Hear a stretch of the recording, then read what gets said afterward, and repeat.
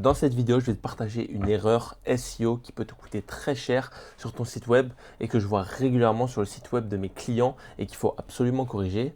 Mais avant ça, si tu ne me connais pas, moi je m'appelle Léo. J'aide les petites entreprises qui font entre 700 000 euros et 10 millions d'euros de chiffre d'affaires à développer leur visibilité sur le web et aussi sur les IA, donc le SEO et le GEO.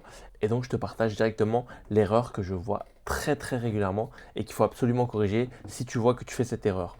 C'est parti, on passe sur l'ordinateur. Alors là, j'ai trouvé un site web où il y a cette erreur et c'est très important de corriger. Alors là, vous voyez, on a plutôt un site sympa. Donc quand je descends, franchement, le design est cool. On voit qu'il a été fait sur WordPress. Donc ouais, très sympa. Et en fait, l'erreur qui va être principale, c'est dans les pages. Regardez. Quand je vais aller sur la page agence, regardez juste l'URL à quoi elle ressemble. Donc il y a le nom de domaine silagedesign.com et l'URL, donc ça va être l'agence Tandis Montpellier Cannes Berlin. En fait, l'erreur, c'est de vouloir surcharger une page de mots-clés. En fait, ce qu'il faut se dire, pour Google, c'est important que vous divisez les mots-clés par page. C'est-à-dire, une page est égale à un mot-clé.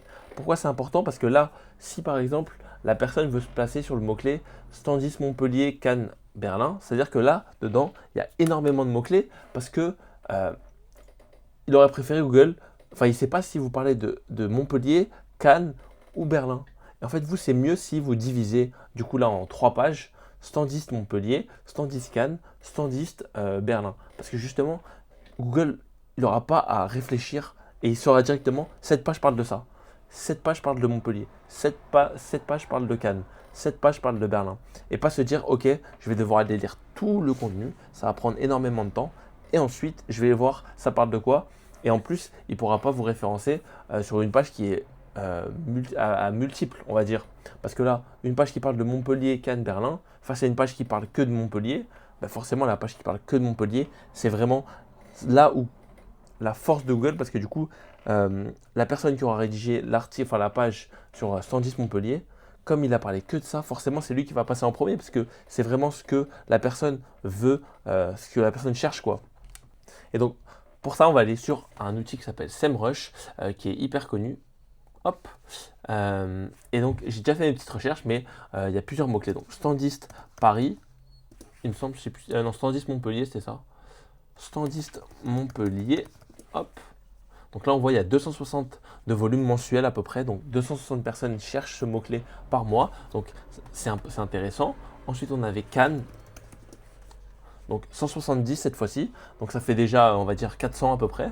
Donc on est à 400 visiteurs. Si on faisait 2 pages, ça aurait été beaucoup plus intéressant. On aurait attiré beaucoup plus de visiteurs. La preuve que cette page n'est pas du tout référencée. Quand on va chercher la page de Silage Design, franchement, c'est inconnu dans le monde des standistes. Ensuite, on va chercher Berlin. Bon, ça j'ai déjà cherché, il n'y a rien. Vous voyez.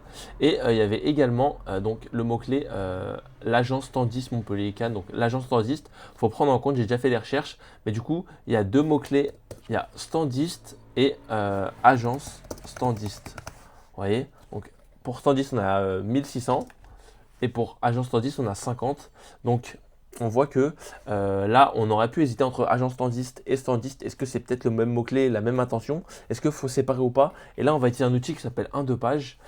Et donc, j'ai déjà fait la recherche, mais j'ai mis les 2 requêtes, donc standiste et agence standiste. Et là, on voit qu'il faut créer 2 pages.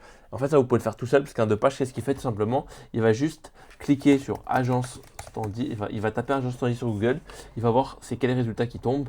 Donc là, on voit hop, ONS. Clemens Design, Standis Paris, il y a quoi? Il y a Impulsion, Alpha Expo, Stand By Me, Bréard, Groupe Palace, Media Product. Et si je mets juste Standiste, on va voir, est-ce que c'est les mêmes ou pas? R2 Stand, Media Product, Keops, ONS, Clemens Design, DLH, Alpha Expo. On voit que c'est après les mêmes pages, il y a quelques différences. Mais du coup, eux, ils disent qu'il faut créer 2 pages différentes parce que ce n'est pas les mêmes concurrents qui sont placés sur ce mot-clé. Donc, ça mérite une page différente. Donc, s'il y a une seule chose à retenir, classez bien vos mots-clés, faites une recherche de mots-clés et vous divisez. Donc, un mot-clé égale une page. Vraiment, s'il y a une seule chose à retenir, un mot-clé égale une page. C'est hyper important pour le référencement, pour pas que Google soit désordonné et qu'il soit perdu, en fait, tout simplement. Voilà, donc si tu as apprécié cette vidéo, n'hésite pas à t'abonner, à lâcher un petit like. Je laisse le premier lien si tu veux me contacter pour qu'on travaille ensemble pour ton référencement SEO ou GEO. On peut faire ça, on peut se faire un petit appel et voir comment on peut améliorer ton référencement. Sinon, moi je te dis à la prochaine.